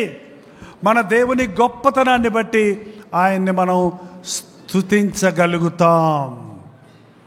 4 గంటలు ప్రార్థన, 4 గంటలు బైబిల్ పఠనం జరిగిన తరువాత, వారి పాపములు ఒప్పుకొని విడిచిపెట్టిన తరువాత వారి హృదయాలలో తేలికైంది. వారి హృదయం నిండా స్తుతితో నింపబడింది. వారు నీవు అద్వితీయమైన దేవుడైన యెహోవావు, నీవే ఆకాశ మహాకాశములు వాటి సైన్యము, భూమిని దానిలో ఉండునవంతటయు, సముద్రమును వాటిలో ఉండునవి అంతటిని సృష్టించి వాటిని కాపాడువాడవు నీవేనయ్యా. కుర్చీలు చప్పుడు చేయకండి. ఏం సృష్టించాడండి? ఆకాశము. ఓ యేసు నీ ప్రేమ ఎంతో మహానీయము, ఆకాశ తారా పర్వత సముద్ర ములకన్న గోపాది. ఆకాశ తారా సంగత సముద్ర ములకన్న గోపాది. ఓ యేసు నీ ప్రేమ సంకట సమయములో సాగాలేకున్నాను, దయచూపునా మీద అని నేను మొర్రపెట్టగా, వింటినంటివి నా మొరకు ముందే ఓడోడుందోనంటివి, ఓడోడుందోనంటి. ఓ యేసు నీ ప్రేమ ఎంతో మహానీయము, ఆకాశ తారా పర్వత సముద్ర ములకన్న గోపాది. ఆకాశ తారా పర్వత సముద్ర ములకన్న గోపాది. ఓ యేసు నీ ప్రేమ. అలాగే మన 2 చేతులెత్తి, ఆకాశ తారల కంటే గొప్పదైన నీ ప్రేమ, ఆకాశ సైన్యములన్నీ, దేవదూతలన్నీ పరిశుద్ధుడు పరిశుద్ధుడు పరిశుద్ధుడు అని గాన ప్రతిగానాలతో నిన్ను ఆరాధిస్తూ ఉండగా, సకల సృష్టి నీ ఎదుట సాగిలపడి చప్పట్లు కొడుతూ ఉండగా, అయ్యా నీ సారూప్యములో, నీ ఆకారంలో చేయబడిన నీవు నీ రక్తమిచ్చుకొని నీ జనమైన మేమయ్యా నీ ఎదుట సాగిలపడటానికి, మా హృదయాలను నీ సన్నిధిలో కుమ్మరించుకొనడానికి సహాయం చేయి నాయన. ప్రార్థన మర్చిపోయామయ్యా. మా ప్రార్థన ఆచార ప్రార్థన అయిందయ్యా. మాకు మూలుగుల ప్రార్థన నేర్పించు. మా గుండెలు పగిలే ప్రార్థన మాకు నేర్పించు. ఇప్పుడైనను ఉపవాసం ఉండి మీ వస్త్రములను కాక మీ హృదయములను చించుకొనుడి అన్నా ప్రార్థనా సమయాలు మేము మరలా పొందటానికి మా హృదయాలలో చేరిపోయిన కుళ్ళు కుసిద్దాలన్నీ నీ సన్నిధిలో కుమ్మరించుకొని, మా దోషములన్నీ ఒప్పుకొని, మా పాపములన్నీ ఒప్పుకొని, మా బలహీనతలన్నీ నీ సన్నిధిలో చెప్పుకునేటువంటి కృపలు దయచేయము.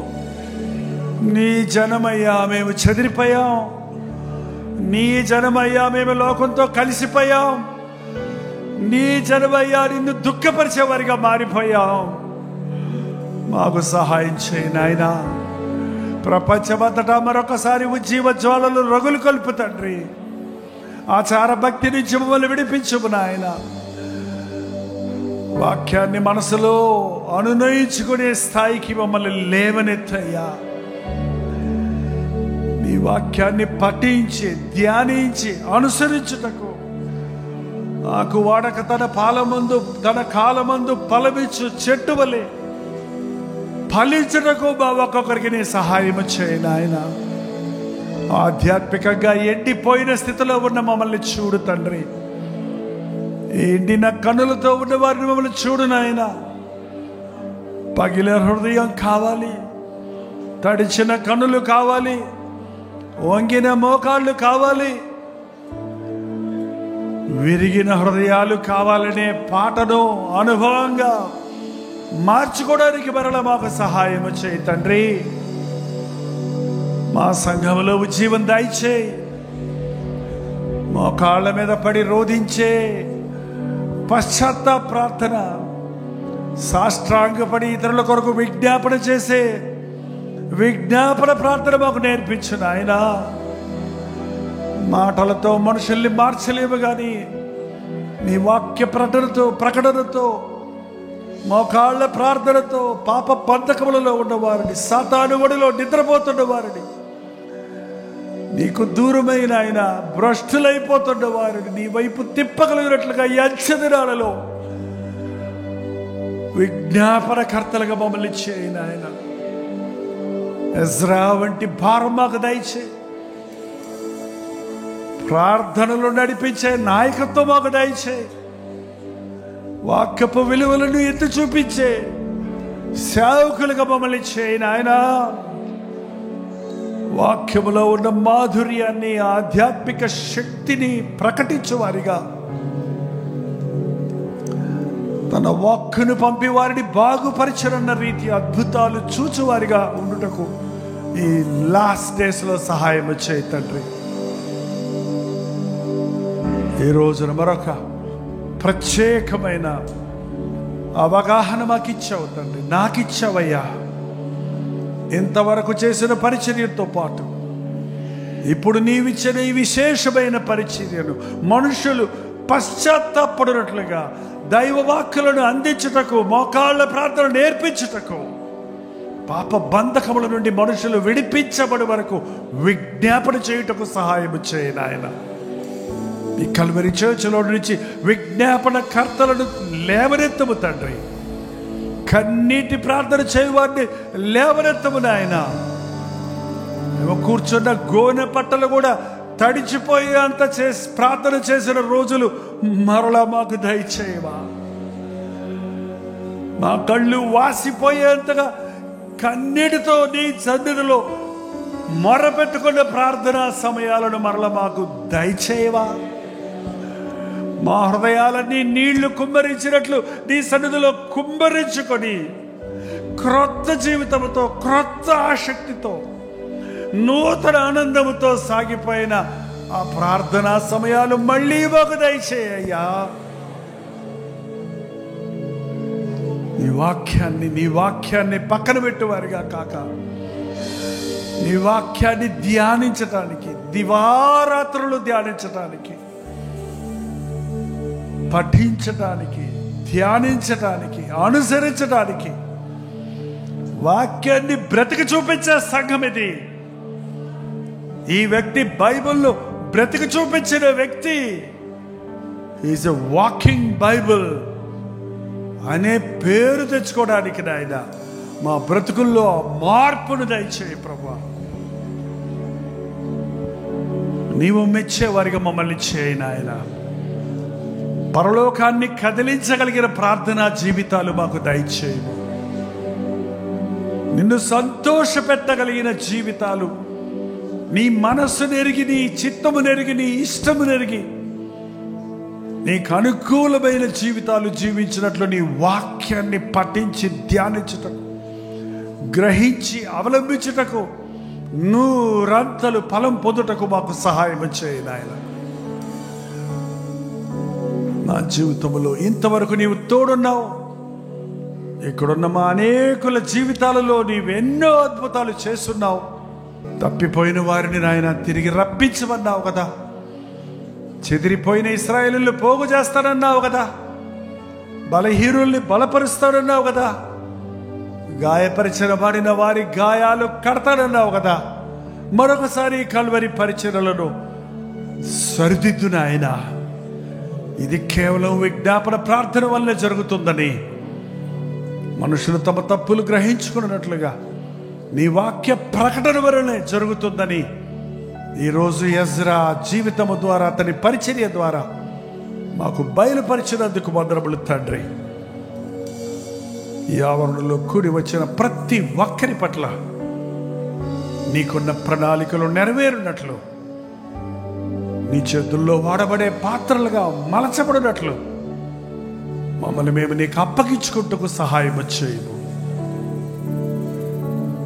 నువ్వు కోరుకున్న ఎజ్రా, నువ్వు కోరుకున్న నెహెమ్యా, నువ్వు కోరుకున్న ఎస్తేర్, నువ్వు కోరుకున్న పేతురు, నువ్వు కోరుకున్న యోహాను, నువ్వు పిలుచుకున్న పౌలు, నువ్వు ఏర్పరచుకున్న యోసేపు, నీ పిలుపుకు లోబడిన అబ్రహాము వంటి భక్తులు బైబిల్లో కాదు మా సంఘంలో చూపించిన ఆయన. మా సంఘంలో నుంచి లేవనెత్తయ్యా. మా సంఘంలో నుండి యోసేపులను లేవనెత్తు ఆయన. మా సంఘంలో నుండి ఎపప్రాలను, ఎపప్రదీతులను లేవనెత్తు తండ్రి. తీతులు, తిమోతి వంటి వారిని లేపన ఆయన తండ్రి. ఎస్తరు, రూతుల వంటి వారిని లేపయ్యా. దేవా, పరిశుద్ధాత్మ కార్యాలయంలో ఈ సంఘంలో జరగనివ్వన ఆయన. ఇన్ని సంవత్సరాల పరిచర్య తర్వాత తండ్రి, నీవు ఎదురు చూసే స్థాయిలో మేము లేకపోతే అయ్యో మాకది శ్రమ. నీ పిలుపు కలిగిన వాడు ముచ్చేతులు ముడుచుకొని కూర్చోక, నీ ప్రేరేపణలో ఉన్నవారు ముందుకు వచ్చుటకు పరిశుద్ధాత్మని ఈరోజు కుమ్మరించము నాయన. మా యవనస్తుల్లో అనేకులు నువ్వు ఏర్పరచుకున్నావు తండ్రి. ఏర్పరచబడిన యవనస్తుడు ఎవరు ఈరోజు తప్పించుకోకుండా నీ ఆత్మ చేత పట్టబడటానికి సహాయం చేయము. లైవ్లో కనెక్ట్ అవుతున్న వారిలో కూడా నువ్వు నియమించుకున్న వారు ఉన్నారయ్యా, నువ్వు ఏర్పరచుకున్న వారు ఉన్నారయ్యా, నువ్వు పిలిచిన వారు ఉన్నారయ్యా. వారిని సాక్షులుగా నిలబెట్టము తండ్రి. ఈ పరిచర్య విస్తరించాలి. ఈ సంఘంలో ఉన్నవారు అనేకులు సేవకులై నలుమూలలకు చేరాలయ్యా. ఎవరెవరు ఎక్కడెక్కడ ఈ సంఘంలో నుంచి బలపరచబడి ఎక్కడెక్కడ పరిచర్యలు చేస్తున్నారో వారున్న స్థలాలలో నీ అగ్ని జ్వాలలు రగులు కొనడానికి, నిక్కచ్చైన పరిశుద్ధమైన నీకు అంగీకారమైన సేవలో వర్ధిల్లుటకు సహాయం చేయము. నాకు ఇచ్చిన 3 కుమారుల పట్ల కూడా నీ ప్రణాళికలు నెరవేర్చు. విజయవాడలో, హైదరాబాద్లో నీ ఆత్మ కార్యాలు జరగడానికి నిక్కచ్చైన పరిశుద్ధమైన ఆత్మలను పట్టే జాలర్లుగా నీ సేవలో నా బిడ్డలు వాడబడడానికి సహాయం ఇచ్చాయి. నాకిచ్చిన అనేక లెక్కించలేనంత మంది ఆధ్యాత్మిక కుమారులు కుమార్తెలు బట్టి నీకు వందనాలు చెల్లిస్తున్నానయ్యా. మనుమలు మనుమరాట్లను బట్టి నీకు వందనాలు చెల్లిస్తానయ్యా. పిల్ల తరాలకు నన్ను ఆశీర్వాదకరంగా చేస్తానన్నావయ్యా. ఈరోజు మమ్మల్ని దీవించు, మా బిడ్డలు దీవించు, బిడ్డలు దీవించు నాయన. ఏ ఒక్కడు నరకానికి పోకూడదయ్యా, ఏ ఒక్కడు నరకానికి పోకూడదు తండ్రి. ప్రతి ఒక్కడు నీ చిత్తం చెయ్యాలయ్యా. ప్రతి ఒక్కడు నీ కోసమే బ్రతకాలయ్యా. అయ్యా, ప్రతి ఒక్కరు నీ కోసమే బ్రతకాలి. నీ సన్నిధిలో కూర్చొని ప్రతి ఒక్కరి కొరకు విజ్ఞాపన చేయడానికి నాకు సహాయం చేయి తండ్రి. నాకు భారం దయచేయనా. నీ సన్నిధిలో వాళ్ళని ఎత్తి పట్టుకోగలిగిన ప్రార్థనాత్మను దయచేయి తండ్రి. ఎంతమంది నీ చిత్తానికి దాటిపోతున్నారు, ఎంతమంది నీ చేత పిలువబడిన వారి జీవితాన్ని వృధాపరుచుకుంటున్నారు. ఈ మధ్యను ఒక్కసారి చూడయ్యా, ఒక్కసారి చూడు నాయనా. నీ పిలుపున్న ప్రతి ఒక్కరిని ఒక్కసారి చూడయ్యా. నువ్వు ప్రేరేపిస్తున్న ప్రతి ఒక్కరిని ఒకసారి చూడయ్యా. ఎజ్రా దినాల్లో చూసిన ఉద్యమం ఇప్పుడేమే చూడాలి, ఇక్కడేమే చూడాలి తండ్రి. ఏ గుండెను కదిలిస్తావో, ఏ వ్యక్తిని నడిపిస్తావో, ఏ మనస్సును రేపుతావోనైనా నీ ఆత్మ ద్వారా లేవనెత్తు తండ్రి. నామకార్థ భక్తి వద్దయ్యా, ఆచార భక్తి వద్దయ్యా, ఆర్భాటాల సేవ కాదయ్యా. ఆత్మల సంపాదన దయచేయి తండ్రి. తినిదాగి కూర్చుండే క్రైస్తవులుగా కాక సాగిలపడి విజ్ఞాపన చేసే విశ్వాస వీరులుగా మమ్మల్ని చేయి నాయన. కూర్చున్నప్పుడు, లేచినప్పుడు, నడిచినప్పుడు, పడుకున్నప్పుడు బిడ్డలకు వాక్యాన్ని నేర్పించగలిగిన తల్లిదండ్రుల్ని మా సంఘంలో లేవనెత్తయ్యా. వాక్యంతోనే మాట్లాడే మాటలు మాకు దయచేయ్యా. మా మాటలు వట్టి మాటలు, లోక మాటలు మా నోట్ల నుండి పీకైనాయనా. మా గుండెల నిండా నీ వాక్యాన్ని నింపుకొని మా ప్రతి మాట నీ మాటగా ఉండినట్లు మమ్మల్ని అభిషేకించయ్యా. లోకపు కబుర్లు కావలసిన నుండి నీ మాట, నీ మాట, నా మాట అగ్నిమట్టిది కాదా, పంటలను పగలగొట్టు శుద్ధపడ్డది కాదా అన్నావు కదా. పంట గుండెలు బద్దలవ్వాలంటే నీ మాటే కదా. గుండెల్లో ఉన్న చెత్త కాలాలంటే నీ మాటే కదా. మాకున్న మలినం పోవాలంటే నీ మాటే.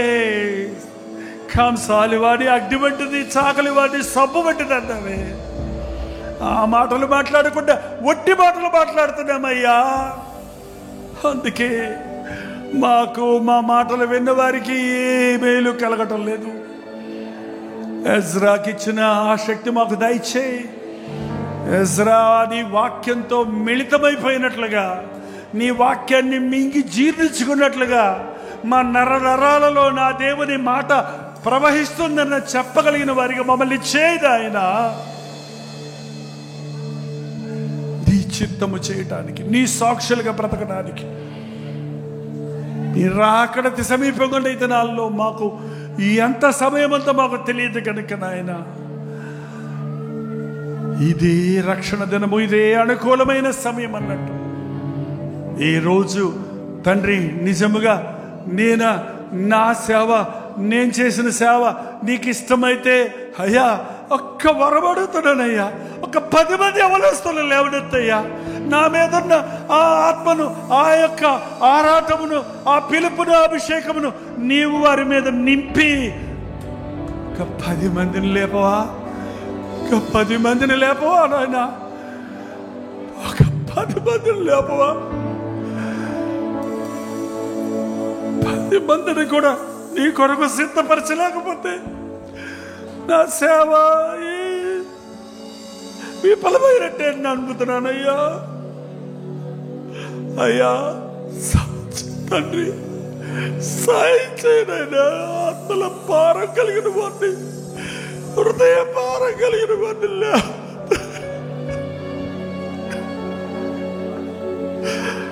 హెసరాలను లేవనెత్తయ్యా. మానవరెడ్డి హెసరాలను లేవనెత్తనాయనా. వాక్యాన్ని బతికి చూపించేవారుగా చేయ్యా. పశ్చాత్తాపడుతూ ఇతరులను పశ్చాత్తాపలకు నడిపించగలిగిన జీవితాలు దయచేయి తండ్రి.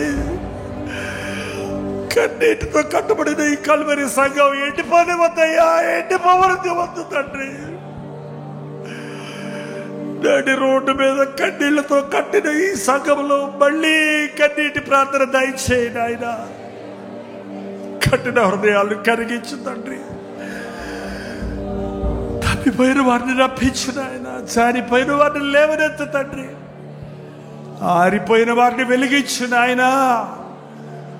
పరిశుద్ధాత్మ కార్యాలు అంచెదనములో ప్రపంచమంతటా జరగాలంటే ఎజ్రా వంటి ప్రార్థన విజ్ఞాపనకర్తలను, నాయకులను, సేవకులను, యాజకులను లేవనెత్తము తండ్రి.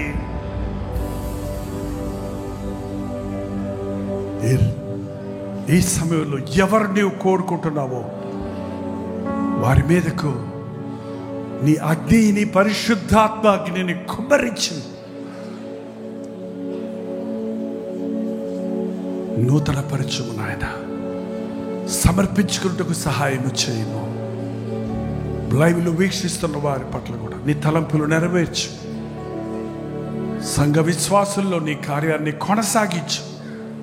నిశ్చితమైతే ఈరోజు నీవు ఇచ్చిన విజ్ఞాపనను బట్టి, ప్రేరేపణను బట్టి వాక్యము ప్రార్థన, వాక్యము ప్రార్థన, వాక్యము ప్రార్థన, వాక్యము ప్రార్థనకు ప్రాముఖ్యత ఇచ్చే మీటింగ్స్ జరిపించడానికి సహాయము చేయమని క్రీస్తు నామములో అడుగుచున్నాము తండ్రి. ఆమేన్. మన తండ్రి అయిన దేవుని యొక్క ప్రేమయు, కుమారుడైన క్రీస్తు యొక్క కృపయు, పరిశుద్ధాత్మ యొక్క ఆశీర్వాదమును కూడి వచ్చిన మనందరికీ ఇప్పుడును సదాకాలమును తోడై ఉండును గాక. ఆమేన్, ఆమేన్, ఆమేన్. అందరికీ వందనాలండి. దాని స్తోత్రం. మీరు విన్న వర్తమానం మీకు ఆశీర్వాదకరంగా ఉంటే, మీ ప్రార్థన అవసరాలు భారాలు ఉంటే 954041 నెంబర్కి ఇప్పుడే ఒక టెక్స్ట్ లేక వాయిస్ మెసేజ్ ద్వారా వాట్సాప్ పంపించండి. మీ వాట్సాప్లన్నీ పరిశీలించి మేము ప్రార్థిస్తున్నాం. ప్రభు అద్భుతంగా మనకు జవాబులు ఇస్తున్నాం. మీరు ఇతర దేశాల్లో ఉంటే 91001008 నెంబర్కి మీ ప్రార్థన అవసరాలు పంపించాం. ఉచితమైతే రేపు ఉదయం 7 గంటలకు అనుదిన ధ్యానంలో మళ్ళీ కలుసుకుందాం. అంతవరకు దేవుని మహాకృప మీకు తోడేడు దాకా.